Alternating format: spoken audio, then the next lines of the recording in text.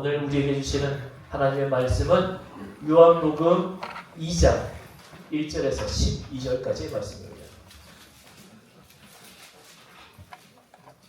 신약 144쪽입니다. 요한복음 2장 1절에서 12절까지의 말씀입니다. 자, 이 말씀 우리 교독으로 공독하겠습니다. 사흘째 되던 날 갈릴리 가나에 혼례가 있어 예수의 어머니도 거기 계시고 예수와 그 제자들도 혼례의 청함을 받았더니 포도주가 떨어진지라 예수의 어머니가 예수에게 이르되 저들에게 포도주가 없다 하니 예수께서 이르시되 여자여 나와 무슨 상관이 있나이까 내 때가 아직 이르지 아니하였나이다. 그의 어머니가 하인들에게 이르되 너에게 무슨 말씀을 하시든지 그대로 하라 하니라. 거기에 유대인의 정결을 식었다가 두세 통 드는 돌 항아리 6이 놓여있는지라. 예수께서 그들에게 이르시되 항아리에 물을 채우라 하신즉 아귀까지 채우니 이제는 떠서 여인들에게 갖다 주라 하시매 갖다 주었더니 연해져은 물로 된 포도주를 맛보고도 어디서 났는지 알지 못하되 물 떠온 하인들은 알더라. 연회장이 신랑을 불러 말하되 사람마다 먼저 좋은 포도주를 내고 취한 뒤에 낮은 것을 내거늘 그대는 지금까지 좋은 포도주를 두었도다 하니라. 예수께서 이 첫 표적을 갈릴리 가나에서 행하여 그의 영광을 나타내심에 제자들이 그를 믿으니라. 그 후에 예수께서 그 어머니와 형제들과 제자들과 함께 가버나움으로 내려가셨으나 거기에 여러 날 계시기는 아니하시니라. 아멘.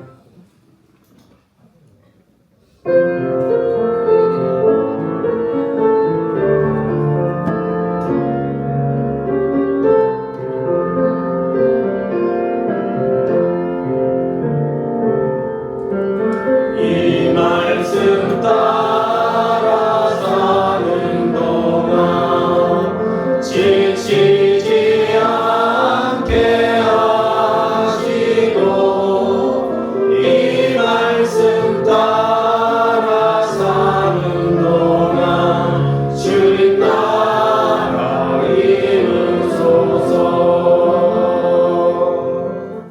할렐루야. 우리 서로 서로 인사합시다. 사랑합니다. 축복합니다. 예, 더 가까워졌으니까 더 살갑게 인사합시다. 사랑합니다.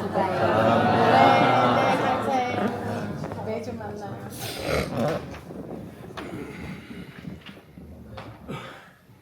간격이 더 가까워지니까 진짜로 더 가까워진 것 같아요.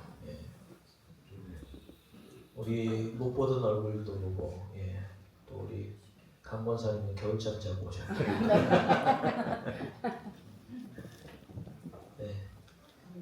반가운 얼굴들 그리고 그리웠던 얼굴이 보여서 너무너무 감사합니다. 아멘. 소리가 좀 바뀌었죠 또.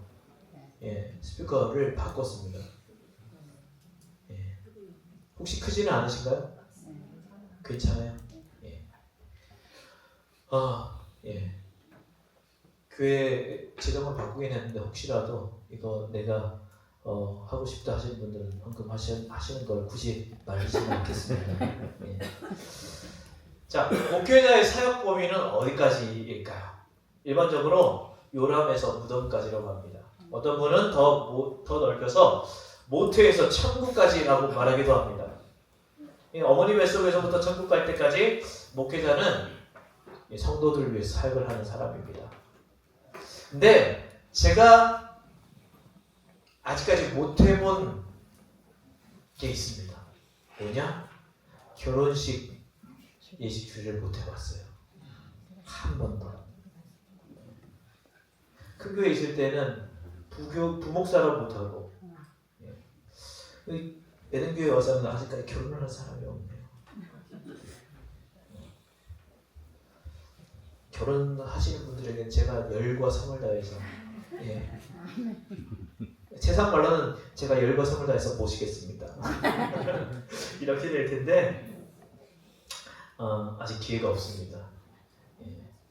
좀 전에 밖에서 우리 형민이 형제한테 얘기를 했는데 형민이가 내가 주례하는 첫 번째 사람이 됐으면 좋겠다. 예 하던데 그대로 됐으면 좋겠어요. 결혼식에서 목회자가 주례를 맡으면요 예비 신랑 신부의 결혼식에 대해서 차근차근 설명을 합니다. 그리고 설명을 듣고 나면 예식장에서 행해지는 모든 순서가 이게 성경에서 나온 것이구나 알고 성경적인 의미가 있음을 알게 되어서 그렇군요 깨닫게 되죠. 가끔 기독교식으로 결혼식을 하지 못한 분들도 설명을 듣고 나서는 예식장에서 하는 결혼식 하는 그 모든 순서들 가운데 성경에서 나온 것들이 있구나 이런 것들을 알고 위로받는 모습도 봅니다. 우리나라는 대체로 결혼식을 토요일에 많이 하죠. 안 믿는 사람들. 또 우리도 주일날 할 수 없으니까 토요일에 많이 합니다. 기독교인이 아닌 가정에서는 주일날 합니다. 그러다 보니까 예식장 잡기가 쉽지 않아요. 어제도 제가 김종희 목사님 아드님 그 결혼식이 있어서 대전에 갔다 왔는데 저녁까지 예식이더라고요. 그 홀이 몇 개가 있나? 8개 정도 있는데 꽉 차가지고 저녁까지 있어요. 그러니까 1시간마다 이 사람들이 바뀌는 거예요. 자, 그러면 유대인들은 우리는 뭐 토요일에 주일에 하는데 유대인들은 무슨 요일에 결혼식을 많이 할까요? 목요일? 토요일. 자, 이게요 유대인들이 결혼식을 할 때 하는 후파라고 합니다. 신랑과 신부가 들어가 있는데 여기 보이죠? 후파 안에서 결혼식을 하는데 여러 의미가 있습니다. 먼저 신랑과 신부를 하나님이 보호하고 덮어주는 장막이 되신다. 이런 의미가 있고요. 또 집의 의미도 있습니다. 신랑과 신부가 최초의 새집 신랑과 신부가 물론 신혼집이 있지만 그것보다 하나님 안에서의 새집, 새 가정을 이루는 그런 뜻을 갖고 있고요. 그리고 다 열려 있잖아요. 사방으로 확장되어 가라 이런 뜻도 있답니다. 그래서 이 유대인들이 결혼식을 하면서 후파 안에서 3가지 중요한 의식을 하는데 신랑이 신부에게 결혼식 반지를 끼워주는 것. 신부는 선물을 하지 않아요. 반지가 지참금의 의미가 있어서 그렇답니다. 그 둘째는 거기서 결혼 계약서를 낭독합니다. 그리고 신랑이 컵을 발로 깨뜨리. 그 영화 속에서 보셨죠? 이렇게 컵을 깨뜨리는 장면 발로. 이 컵을 깨는 의미는 2가지인데 하나는 예루살렘 성전이 파괴된 것을 기억하자 이런 뜻도 있고요. 또 하나는 깨진 컵의 원래 모습으로 회복하지 못하듯이 이 결혼도 되돌릴 수 없다. 이런 뜻을 갖고 있대요. 자, 그럼 제가 다시 한번 질문합니다. 유대인들은 일주일 중에 무슨 요일을 많이 할까요? 자, 제가 여러분들이 대답하기 쉽게 객관식으로 하겠습니다. 자, 1번 토요일. 손 드세요. 토요일이라 생각하시는 손 드세요. 2번 주일. 3번 월요일. 4번 화요일. 5번 수요일. 6번 목요일. 7번 금요일. 안 드시는 분은 뭐예요? 이거는 그냥 때려 맞춰 보시라니까요. 애들이나 어른들이나 똑같아요.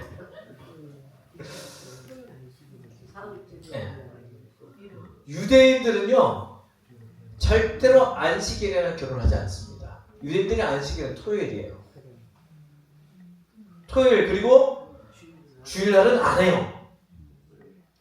그러면 평일 가운데 하루란 얘기인데 월요일부터 목요일 금요일까지 어떤 날에 하느냐? 예. 월요일부터 목요일까지 다 할 수 있지만 대체로 화요일 날 많이 한다. 안식일 기준으로 셋째 날. 예. 두 가지가 있습니다. 첫째는 하나님이 천지를 창조하실 때 셋째 날에 2번이나 보기 좋았더라 하시면서 만족하셨다. 하나님이 보시기 좋았다 그러니까 좋은 날이구나. 두 번째는 성경 말씀 때문이에요. 창세기 1장 11절에서 12절 말씀을 보면요. 자, 읽어볼까요? 하나님이 말씀하시기를 땅은 푸른 풀을 좋아하더라. 씨를 맺는 식물과 씨 있는 열매를 맺는 나무와 그 종류대로 땅 위에서 돋아내게 하여라 하시니 그대로 되었다. 땅은 푸른 꿈을 돋아내게 하고 씨를 맺는 식물을 그 종류대로 나게 하고 씨 있는 열매 맺는 나무를 그 종류대로 돋아내게 하였다. 하나님 보시기에 좋았다. 여기 말씀을 보면 씨 맺는다, 씨 가졌다 이런 말이 나옵니다. 여기 씨는요, 자녀들 의미를 한다고 생각을 하는 거예요. 그래서 이때 화요일에 결혼식을 하는 것을 선호한다고 합니다. 어쨌든 어떤 요일에 어떤 시간에 결혼식을 하든지 그 결혼하는 그날은 신랑과 신부에게 또 양 혼주 가문에도 가장 복된 날인 것이 분명합니다. 그래서 여러분의 가정 자녀들이 있다면 이런 복된 날들이 다 오기를 바랍니다. 그 성경에서 결혼이 얼마나 소중한지 잠언 18장 22절에 이렇게 이야기하고 있습니다. 자, 읽어보죠. 아내를 맞이한 사람은 복을 찾은 사람이요 주님으로부터 은총을 받은 사람이다. 아멘. 이미 결혼하신 여러분, 남편이 있고 아내가 있는 분들, 여러분들 이렇게 생각하십니까? 여기밖에 안 나와요. 결혼했다는 것은 복을 찾았다는 말이고 하나님으로부터 이미 선물을 받았다는 거예요. 그 정도로 귀한 것이 결혼입니다. 자, 그러면 예수님이 하객으로 초대받은 가나 결혼식장을 한번 가봅시다. 그 가나는요, 예수님의 고향 나사렛과 가까운 거리에 있었습니다. 나사렛에서 보면 가나라는 것이 좀 이렇게 내려다 보이는데요. 자, 한번 지도를 보면 이거는 정확한 지도 아닙니다. 그냥 모양만 그렇고 지금 제가 AI한테 좀 만들어 보라 그랬더니 이름을 이상하게 많이 해놨어요. 그래서 예루살렘이 여기 밑에 있다면 가나가 저기 있고 그 갈릴리 옆에 나사렛이 있어요. 그리고 나사렛에서 아래쪽에 보면 가나가 위치는 맞습니다. 현재 도로를 따라 걸으면요 대략 나사렛에서 가나까지 한 10km 정도 된다고 합니다. 그래서 나귀 타면요 한 1시간 정도, 그리고 천천히 걸어도 한 3시간 정도는 갈 수 있다고 합니다. 그래서 가나에 있던 결혼식에서 예수님의 어머니 마리아도 초청을 받았어요. 그리고 예수님과 요한복음 1장에서 부름을 받은 제자들도 초청을 받았습니다. 말씀을 읽어보면 알겠지만 이 결혼식에 초대받은 예수님의 어머니는요 사실 일반 손님이 아닙니다. 결혼식을 준비하는 어떤 역할을 맡지 않았을까 그렇게 추측이 됩니다. 그런 책임이 있었기 때문에 예수님한테 와서 포도주가 떨어졌다고. 아니 상관없다면 포도주가 떨어졌든 말든 무슨 상관이에요. 그냥 일반 사람이라면, 일반 하객이라면 떨어졌나 보다. 그 정도 아니겠습니까? 만약에 어느 집에 결혼식을 해요. 우리 장원 가정이 결혼식을 합니다. 결혼식을 하는데 뷔페에 음식이 떨어져 가요. 그러면 아무 상관없는 분이 뷔페 음식 떨어져 가는데 저는 이거 저기 가서 얘기해야 되는 거 아닙니까? 이렇게 아무 상관없는 사람이 얘기하겠습니까? 아니잖아요. 친척이든지 아니면 아주 가까운 사람이 거기를 이렇게 돌보면서 음식 떨어졌네, 말해야 되겠다. 그래서 장모님한테 가서 장모님 음식이 떨어져 가는데 한번 얘기해 보세요. 혹은 나라도 가서 얘기를 할 것 아닙니까? 그러니 마리아도 그런 역할을 맡지 않았을까? 그래서 나중에 보면 하인들에게 예수님이 무슨 말씀을 하시든지 그대로 하라고 그렇게 얘기할 수 있었던 거예요. 마리아도 책임이 있었던 이 결혼식은 누구의 결혼식이었느냐? 성경은 말하지 않습니다. 그런데 우리 정경 말고 성경에 보면 정경 이렇게 성경 안에 있는 이 정경이 있고요. 이 정경 외에 위경이라는 게 있습니다. 위경. 외경도 있고 위경이라는 것이 있습니다. 그 위경 중에 보면 이 결혼식이 사도 요한복음의 저자인 사도 요한의 결혼식이고 그 요한의 어머니 살로메는요 마리아의 여동생. 그래서 마리아와 자매지간이죠 살로메가. 그러니 결혼하는 요한은 예수님과 사촌이죠. 위경에 그렇게 돼 있다는 거예요. 그렇게 생각해 보면 사도 요한이 자신의 결혼식에 일어난 일이기에 이렇게 자세히 기록했구나 라는 것을 알 수 있습니다. 또 예수님의 어머니 마리아는 자신의 여동생 살로메의 가정의 결혼식이었기 때문에 이렇게 책임을 맡고 또 관심을 가졌구나 짐작해 볼 수 있죠. 근데 중요한 것은요, 더 중요한 것은 그 결혼식에 포도주가 떨어졌다. 결혼식과 음식은요 아주 중요한 관계가 있습니다. 지금 먹을 것이 풍족한 지금도요 결혼식에 제대로 된 음식이 없으면 뒷소리가 무성합니다. 그죠? 결혼식 가는데 그치? 다른 것보다 결혼식보다 사실은 더 많이 나오는 게 그치? 거기는 음식이 맛이 어떤데? 뷔페를 가는데 그 뷔페 먹을 게 없어. 갈비탕이 나왔는데 갈비탕 왜 그렇게 짜? 이런 게 기억이 남습니다. 사실 목사님이 그때 어떤 말씀하셨는지 기억나십니까? 결혼식 가서 목사님이 주례하실 때 혹은 주례자가 주례할 때 주례했던 생각 그 이야기들 기억나십니까? 그것보다 더 잘 기억나는 것은 거기 음식이 어땠다. 그렇죠? 자, 이런 평가를 하지 않았으면 좋겠는데 우리 집 잔치 갔다 오면 먹을 게 부족하더라. 엉망이더라. 사실 제가 결혼할 때 음식이 좀 부족했어요. 네, 제가 결혼할 때 그래도 뭐 한 200명 정도 오지 않을까. 근데 한 300명 넘게 왔어요.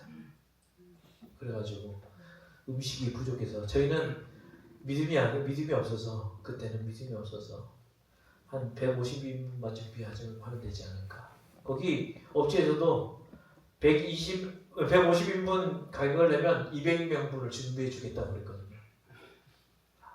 되겠다 했는데 밥을 못 먹고 돌아가신 분도 있었고 저희도 밥을 못 먹었어요.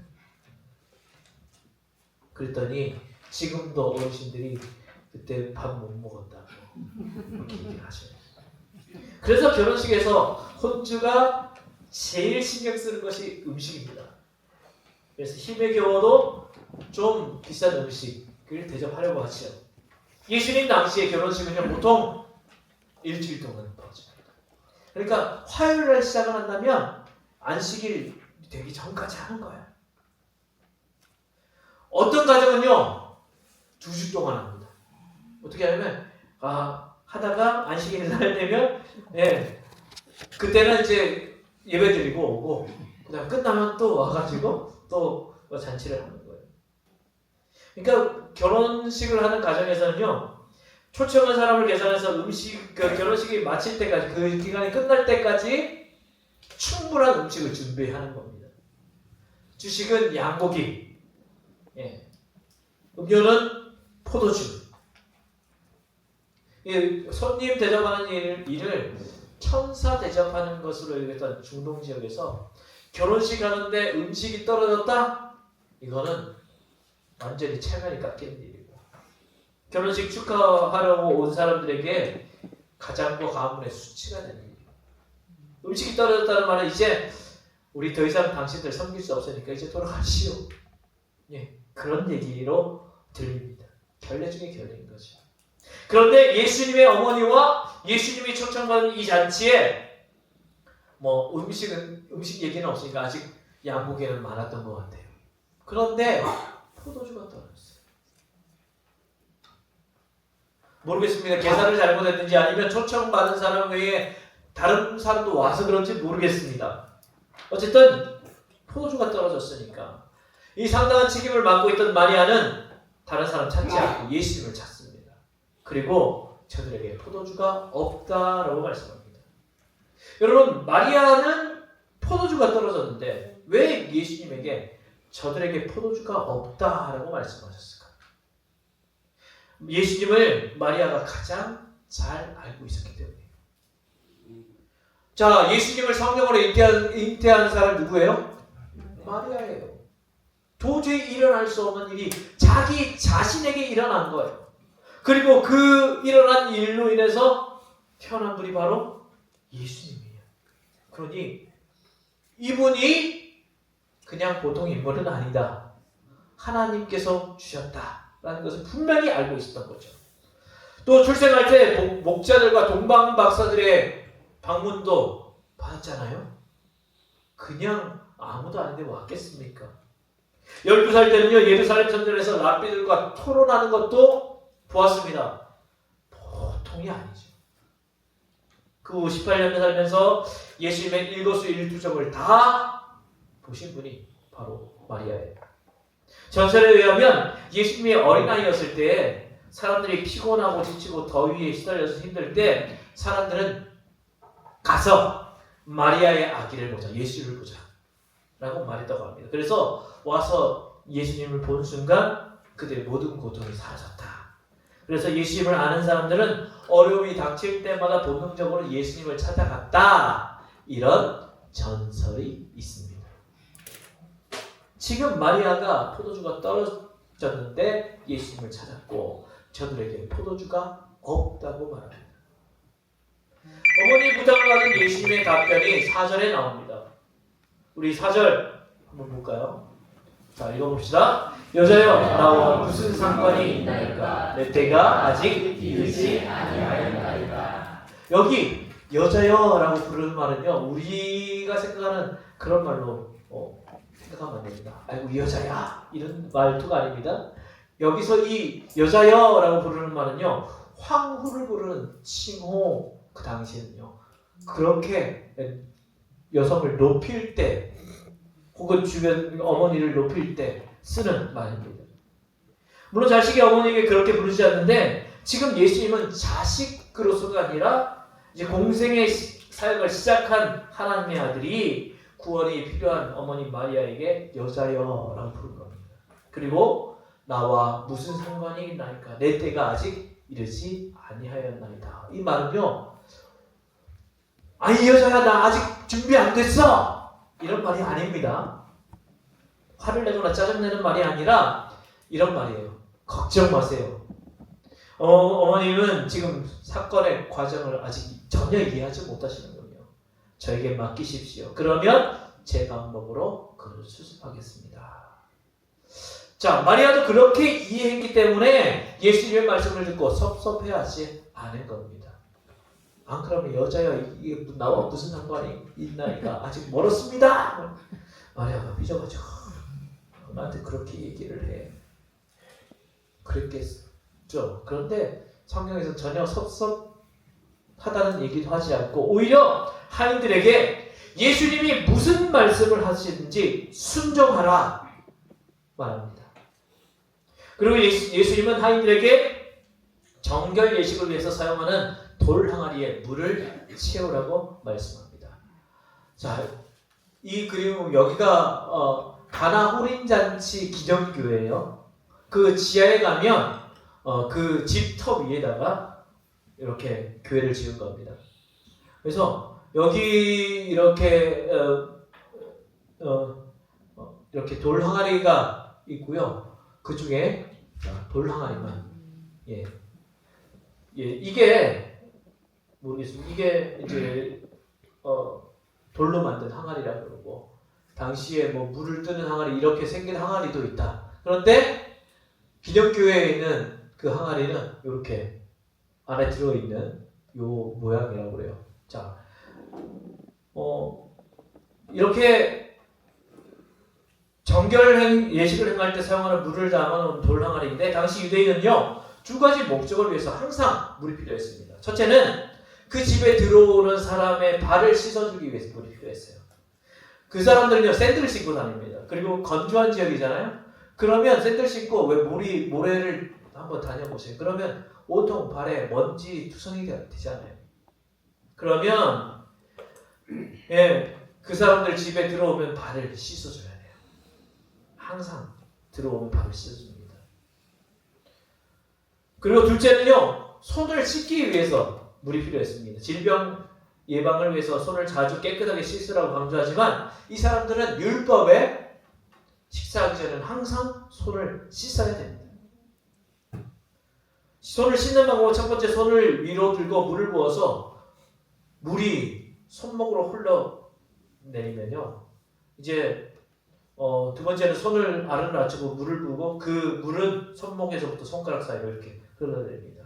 그래서 세 번째는 각 손바닥은 다른 손을 이 주먹을 이렇게 문지름으로 이렇게 씻어내요.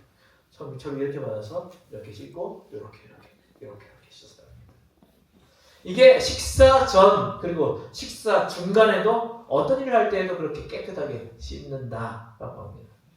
자, 이런 정결 예식을 위한 용도로 쓰인 돌 항아리가 6개가 있었고 한 항아리에 들어갈 물의 양이 하나당 두세 통 드는 양이었다. 한 6개 전체 항아리를 계산해 보니까 적게 들어가면 한 408리터, 많이 들어가면 681리터 정도. 이게 규격화된 게 아니라 그 정도 차이가 난다고 합니다. 엄청난 양이죠. 그 많은 양이 들어가는 돌 항아리에 종들이 물을 채우기 시작합니다. 다 채우자 예수님은 이제 하인들에게 말씀합니다.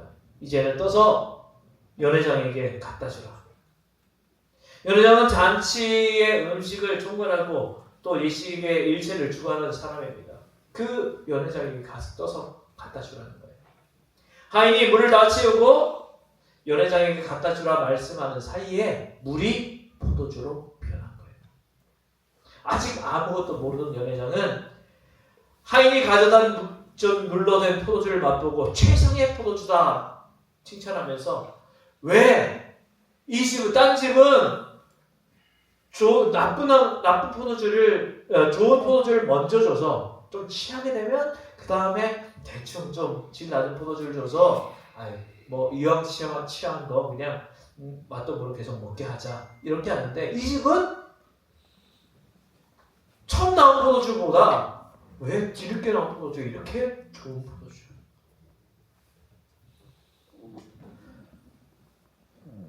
자, 그리고 마지막 11절에서는 물로 포도주를 만든 이 표적이 예수님이 행하신 첫 번째 표적이었고 이 표적으로 하나님의 영광을 나타냈고 제자들이 예수님을 믿었다. 이런 기록이 나옵니다. 그럼 이 기적에서 우리가 생각해야 될 것은 무엇입니까? 첫 번째는요. 포도주의 의미입니다. 자, 성경에 나타난 포도주의 의미는요. 기쁨을 상징합니다. 먼저 시편 104편 15절 말씀을 보면요. 사람의 마음을 즐겁게 하는 포도주를 주시고 이렇게 하죠. 또 사사기 9장 13절에서는요. 포도나무도 그들에게 대답하였다. 내가 어찌 하나님과 사람을 즐겁게 하나. 또 이사야 55장 1절에서는요. 너희는 와서 사서 먹되 돈도 내지 말고 값도 지불하지 말고 포도주와 젖을 사거라. 이 포도주가 기쁨을 상징한다는 거예요. 랍비들은요 포도주가 떨어지면 기쁨도 없다고 말할 정도였습니다. 근데 그 기쁨이 결혼식을 진행하는 집에 그 기쁨이 없어져 버린 거예요. 기쁨으로 가득 차 있어야 할 그 집에 기쁨을 상징하는 포도주가 없습니다. 근데 예수님께서 물로 포도주를 만들어서 그 가정에 기쁨을 찾아주신 거예요. 우리가 예수님을 믿으면 우리에게 무엇이 있어야겠습니까? 로마서 14장 17절 말씀입니다. 제가 안 넣었는데 제가 봉독하겠습니다. 하나님의 나라는 먹는 일과 마시는 일이 아니라 성령 안에서 누리는 의와 평화와 기쁨입니다. 하나님의 나라는 성령을 통해서 누리는 정의, 평화, 기쁨이 있는 곳이라는 것이죠. 예수님께서는 기쁨이 떨어진 그곳에 6 항아리에 가득 그 가정 전체를 기쁨으로 충만케 해 주셨습니다. 윌리엄 바클리라는 신학자는요, 이 포도주를 다 쓸만한 혼인잔치는 이 지상에 없다라고 말했습니다. 이제 주님이 주시는 그 기쁨이 충만한지 한번 생각해 봅시다. 예수님 믿는다고 하면서 근심, 걱정, 불평, 불안, 환멸 그런 모습으로 살 것이 아니라 우리 주님이 주시는 기쁨으로 살아갈 수 있기를 바랍니다. 우리 주님이 그 가나에 가셔서 그 기쁨이 사라진 그곳에 기쁨을 주셨습니다. 오늘 우리의 삶 가운데에도 주님이 오셔서 우리의 기쁨을 다시 회복시켜 주실 줄로 믿습니다. 아멘. 두 번째는요, 포도주의 질입니다. 두 번째는 있었네요. 두 번째는 포도주의 질입니다. 혼인집에 있었던 처음의 포도주와 물로 만든 포도주의 질은 연화장이 평가하기를 처음 포도주보다 예수님이 만든 포도주가 훨씬 좋다고 평가했습니다. 사실 본문에서 물이 예수님 안에서 좋은 포도주로 바뀐 것은 다름 아닌 우리를 상징한다고 볼 수 있어요. 물같이 평범했던 나를 우리 주님께서 바꾸셔서 내 인생이 최고급 포도주로 변하게 해주신다는 거예요. 그렇기에 우리의 현실이 포도주와 최상급 포도주와 같기를 원합니다. 신앙생활 하다 보면요, 간증을 많이 듣습니다. 간증에는 3가지 요소가 들어가 있어요. 첫 번째는 예수님 믿기 전에 나의 모습. 그 두 번째는 예수님을 만나게 된 동기. 세 번째는 예수님 만난 후에 내 모습입니다. 만약에 간증하고 싶은 분이 있다면 이 3가지의 요소들이 다 들어가도록 그렇게 간증하세요. 그런데 많은 사람들이 간증할 때 예수님 만난 것까지만 말하고 지금 현재 내 모습이 어떤지, 내가 어떻게 충성을 다하는지 말을 잘하지 않아요. 정말 중요한 것은 현재 나의 상태입니다. 여러분의 신앙을 평가할 때 과거의 내 모습이 더 좋습니까? 아니면 예수님 만났을 때 그때가 좋습니까? 아니면 만난 후에 지금의 모습이 더 좋습니까? 우리 교회 올해표 뭐죠? 네, 없으니까. 처음 사랑을 회복하게 하소서. 우리가 그렇게 표를 정하고 그렇게 기도하고 있습니다. 그런데 왜 그렇게 할까요? 지금 현재 상태가 처음 주님을 만났을 때, 내 최고의 신앙 상태가 최고였을 때 그때만큼 못하다는 거죠. 그렇게 우리는 기도할 때 지금 현재가 내 생애 신앙의 최고의 상태가 되기를 원합니다. 기도할 수 있기를 바랍니다. 주님, 내게 첫사랑을 회복시켜 주십시오. 내가 처음 만나실 때 주님 그 뜨거움을 내가 알기를 원합니다. 맞습니다. 그 첫사랑 회복해야 되지요. 그런데 더 중요한 것은 첫사랑을 회복하고 그 첫사랑의 모습 그대로 갖고 있는 것이 아니라 지금 내 신앙이 더 좋아야 되고, 지금 내게 주시는 하나님의 은혜가 더 감사해야 되고, 지금 내게 주시는 성령님께서 함께 하시는 그 은혜가 더 뜨거워야 한다는 겁니다. 말씀을 맺습니다. 우리의 크고 작은 문제를 해결해 주실 분 우리 예수님입니다. 우리에게 진정한 기쁨을 주실 분도 우리 주님입니다. 나를 최고급 신자가 되게 해주실 분도 우리 예수님입니다. 그렇기 때문에 우리의 마음에 다시 예수님을 모시고 주님의 말씀에 순종하며 살아가는 우리가 될 수 있기를 바랍니다. 그러기 위해서 우리에게는 주님이 필요한 거예요. 가나의 혼인잔치에 주님이 가셨기 때문에, 거기 계셨기 때문에 거기에 부족함을 채울 수 있었듯이 지금 우리의 삶에 주님께서 함께 하셔야 지금 내 삶에 부족한 신앙, 내 삶에 부족한 은혜를 주님께서 채워주실 수 있는 것입니다. 우리 주님께서 지금 우리와 함께 하시기를 기도합시다. 그리고 그 은혜를 붙잡고 오늘 지금 내 신앙 상태가 최고가 되기를 원합니다. 기도합시다. 지금 이제 우리 함께 그렇게 기도하겠습니다. 주님의 이름을 부르며 함께 기도하겠습니다. 주여 오시고 아버지 하나님 우리의 마음 가운데 기쁨을 참된 기쁨을 허락해 주시며 아버지 놀라운 은혜를 우리의 삶 가운데 은혜를 불어주시기를 소원합니다. 그래서 우리의 삶이 아버지 지금이 아버지 최고의 신앙 상태가 되기를 원합니다. 지금이 최고의 아버지 은혜가 임하기를 원합니다. 지금 우리가 정말 최고의 아버지 성령님이 역사하시는 시간이 되기를 원합니다. 그 은혜를 우리가 누릴 수 있도록 주님께서 지금 이 시간 우리와 함께 해주시고 인도해 주시기를 간절히 구하고 기도하니 주여 도와주시옵소서. 아버지 하나님 우리와 함께 하시는 주님 은혜를 붙잡아 주시고 우리 한 사람 한 사람 붙잡으시는 은혜를 입을 수 있도록 인도해 주옵소서. 말씀하여 주시옵소서. 그 말씀하신 대로 우리가 주의 은혜를 입고 살아갈 수 있도록 도와주옵소서. 가나의 혼인잔치에 주님이 계셨기에 그들의 부족함, 그 포도주가 떨어졌던 그 부족함들이 채워졌듯이 지금 우리의 삶 가운데 함께하여 주셔서 우리의 믿음을 회복시켜 주시옵소서. 회복된 상태로 머물러 있는 것이 아니라 날마다 우리의 신앙 상태가 최고가 될 수 있도록 도와주시옵소서. 주님께서 성령께서 부으시는 은혜가 매일매일 새롭게 부어지며 아버지 날마다 뜨겁게 부어지는 은혜가 있게 해 주시옵소서. 그렇게 우리 주님께서 우리와 함께해 주실 줄 믿사옵고 예수님 이름으로 기도하옵나이다. 아멘.